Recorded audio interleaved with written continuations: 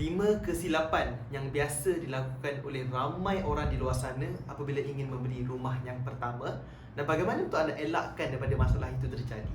Untuk makluman anda, yang nombor 4 tu, itu yang paling bahaya. Okay. Jom kita tengok.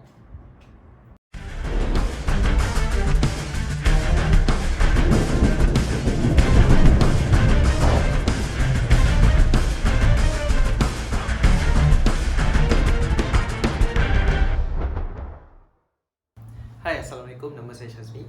Jadi pada hari ini, saya akan berkongsikan dengan anda 5 kesilapan utama yang biasa dilakukan oleh ramai pembeli rumah pertama di luar sana.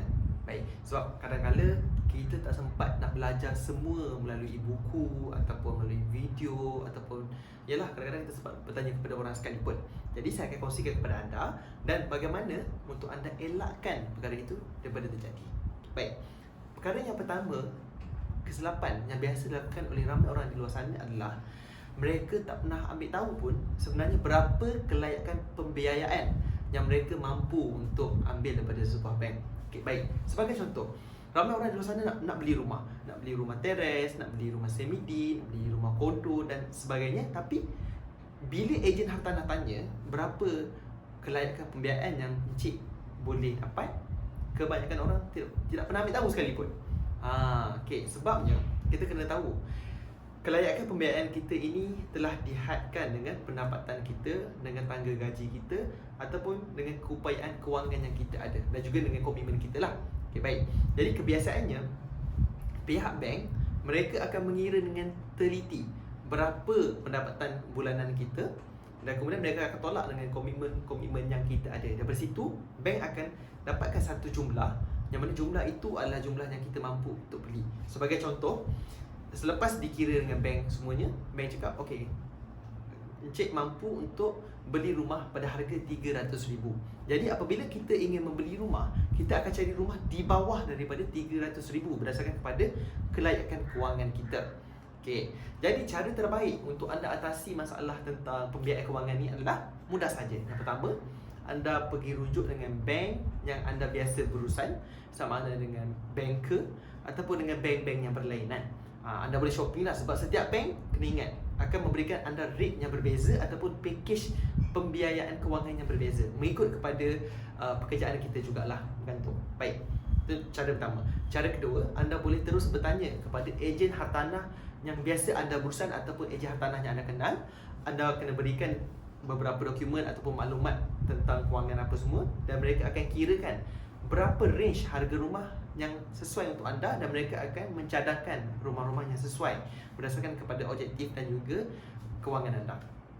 Baik, ataupun yang cara yang ketiga, anda baca buku ataupun anda kaji sendiri bagaimana untuk anda mengira berapa kelayakan pembiayaan anda. Yang mana kita kena ingatlah, setiap bank, setiap financial institution mempunyai kiraan yang berbeza. Jadi lebih baik, sebaik-baiknya terus rujuk kepada pihak bank lah untuk dapatkan yang lebih tepat. Okey, itu adalah kesilapan yang pertama, iaitu tidak tahu tentang kelayakan pembiayaan yang boleh mereka dapat. Kesilapan kedua yang biasa dilakukan oleh ramai orang di luar sana adalah mereka tak pernah ambil tahu langsung tentang SIKRIS, tentang SITOS dan juga tentang TSR. So, apa benda tiga perkara ni?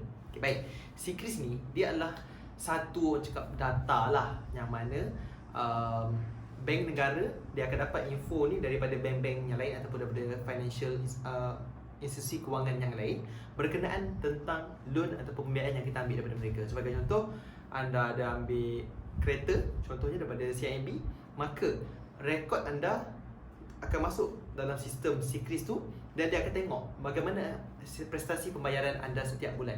Sebagai contoh, setiap bulan anda bayar sebelum pada waktunya dan anda bayar pada full amount lah berapa jumlah loan anda tu, maka setiap bulan dia akan jadi 0,000. Tapi kalau anda contohnya lah anda terlambat bayar pada bulan tu, dia akan jadi 1. Tiba-tiba bulan kedua pun anda tak bayar lagi, dia akan jadi 2. Bulan ketiga pun anda tak bayar, jadi 3. So kalau boleh, anda kena elakkan perkara ini daripada berlaku lah. Sebab biasanya bank kalau dah ada 2 ataupun 3 dalam rekod SIKRIS tu, biasanya bank susah untuk luluskan pembiayaan perumahan hartanah anda. Okey, itu SIKRIS. SITOS pula menunjuk kepada rekod kewangan anda dengan syarikat-syarikat swasta di luar. yang contohnya lah syarikat telco, Astro dan lain-lain. Jadi kadang-kadang apa yang berlaku adalah kita tak putuskan ataupun tak tamatkan perkhidmatan tu dengan baik, maka akan berlaku tunggakan. Jadi apabila sampai masanya, pihak syarikat tu dia akan memasukkan nama kita dalam rekod SITOS. Jadi kebanyakan bank, apabila mereka ingin memberikan anda pembiayaan perumahan, mereka akan minta anda untuk selesaikan dulu semua rekod-rekod yang ada dalam SITOS. Barulah mereka boleh luluskan pinjaman ataupun pembiayaan yang anda mahukan lah.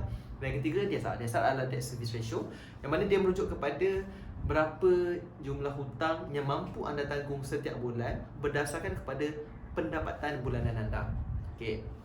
Jadi makin besar pendapatan anda, maka makin besarlah kemampuan anda untuk beli rumah yang lebih mahal lah.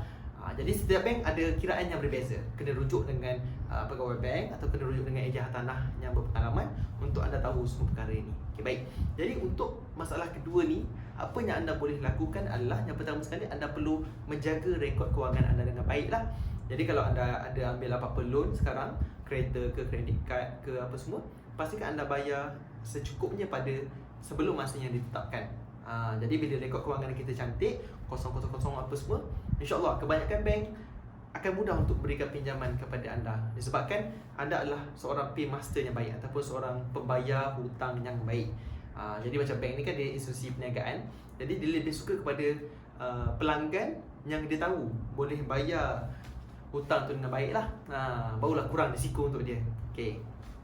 Baik, itu adalah kesilapan yang kedua.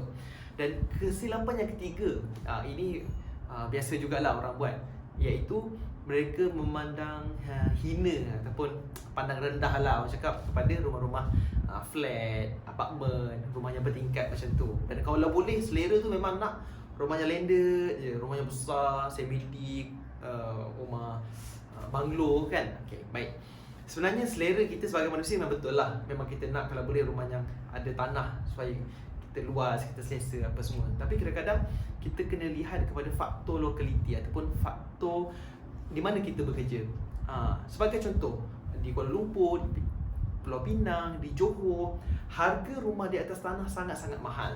Jadi pilihan yang lebih baik untuk kita adalah kita beli rumah yang kita mampu dahulu sebelum kita pergi kepada rumah idaman kita. Jadi ibarat kata orang, berkorban untuk rumah idaman. Jadi pada awal-awal kita bekerja, sesuai dengan tangga gaji kita yang tidak begitu tinggi, apa kata kita dapatkan dulu aset atas nama kita. Sebab kita kena ingat, aset hartanah ni secara, orang kata secara kasarnya lah, dalam jangka masa panjang harganya akan naik. Jadi apabila kita dah beli pada awal, setakat yang kita mampu, kita duduk dengan keluarga kita dulu. Dan kemudian apabila gaji kita makin naik, pendapatan kita makin besar, kita boleh berpindah ke kawasan yang lebih selesa, rumah bertanah, ikut kepada selera kita lah. Jadi bagi saya dan nasihat juga saya juga kepada orang yang lain, mulakan dengan apa yang kita mampu. Sebenarnya tak dosa pun untuk kita duduk rumah flat, untuk kita duduk rumah apartmen dan sebagainya. Itu lebih baik untuk kita. Baik. Dan kemudian yang keempat, dan sebagaimana saya beritahu kepada anda sebelum ni, masalah yang keempat ini adalah kesilapan yang paling bahaya untuk anda lakukan sebenarnya. Sebab apa? Sebab kesilapan yang keempat ini akan berkaitan dengan duit anda. Okay. Ramai orang di luar sana ini, mereka sebenarnya tak tahu berapa kos sebenar bila kita nak beli sesebuah hartanah ataupun sebuah rumah tu. Jadi biasanya mereka akan cakap, oh dah cukup duit dah ada 10% dah ada 10% daripada harga rumah dah boleh beli. Sabar. Sebenarnya nak beli rumah bukan semata-mata 10% yang kita kena sediakan. Yang mana ada kos-kos lain yang kita kena ingat. Antaranya adalah kos guaman, yang mana kos guaman ni akan terlibat untuk buat dua dokumen yang paling penting, untuk sale and purchase agreement, untuk loan agreement, dan kemudian untuk kos-kos runner, stamp duty dan apa semua. Dan kedua, kita ada lagi valuation fees. Jadi kos-kos yang terlibat ini boleh kata agak besar lah. Jadi biasanya saya akan cakap pada klien saya, selain daripada 10% yang kita kena sediakan pada awal tu, kita kena standby juga 5% tambahan daripada harga rumah. Jadi ibarat 10 tambah 5%, bersamaan dengan 15% yang kita kena sediakan daripada harga rumah. Itu yang cakap secara kasarnya macam itulah. Okay. Jadi apabila kita tak bersedia dengan jumlah ni, percayalah, proses pembelian rumah anda akan terbantut, akan terganggu ataupun akan tergendala Jadi sepatutnya contohnya dalam masa 5 bulan anda dah dapat kunci rumah, dah selesai apa semua, tapi disebabkan anda tak bersedia dengan kos-kos yang terlibat ni dan anda tak bayar pada orang yang sepatutnya, jadi setahun, jadi 2 tahun. Dan perkara ini pernah berlaku kepada beberapa klien saya lah. Okay, baik. Jadi penting untuk anda rujuk betul-betul dengan ejen hartanah anda berapa kiraan ataupun kos yang anda kena sediakan pada awal apabila anda ingin membeli rumah pertama anda. Jadi insya-Allah apabila anda dah bersedia, anda boleh melangkah dengan selamat, anda boleh melangkah dengan yakin, boleh melangkah dengan berani menempuh segala dugaan itulah sampai dapat rumah pertama. Okey. Dan itu adalah kesilapan yang keempat lah, iaitu tidak bersedia dengan kos sebenar untuk membeli hartanah. Dan akhirnya kesilapan yang kelima adalah ini orang cakap jarang berlaku jugalah kan. Kesilapan kelima ni dia lebih kepada orang-orang yang have lah. Sebab kadang-kadang kesilapan yang kelima ni adalah mereka terlalu yakin dengan gaji besar yang mereka miliki dan mereka rasa mereka mampu beli mana-mana rumah. Okay. Ada setengah klien ataupun ada setengah orang, mereka sangka gaji besar, belas ribu, puluh ribu sekalipun nak beli rumah. Tapi tengok-tengok bila kita submit pembiayaan kita tu, kita hantar kepada bank apa semua, bank tendang, bank tak terima. Jadi itulah kesilapan yang kelima, iaitu terlalu yakin dengan gaji besar yang kita miliki. Kita kena ingat, makin besar gaji kita, makin besar pendapatan kita, maka makin besarlah kerak kita kan. Ibarat periuk nasi lah, makin besar periuk nasi, makin besar, makin banyak kerak dia. Jadi kebiasaannya lah, setakat ni pengalaman saya, orang yang bergaji tinggi ni biasanya komitmen mereka juga agak tinggi. Dari sudut personal loan, dari sudut credit card, dari sudut tanggungan-tanggungan yang lain. Jadi perkara-perkara ini boleh memberikan kesan kepada pembiayaan hartanah yang anda ingin miliki.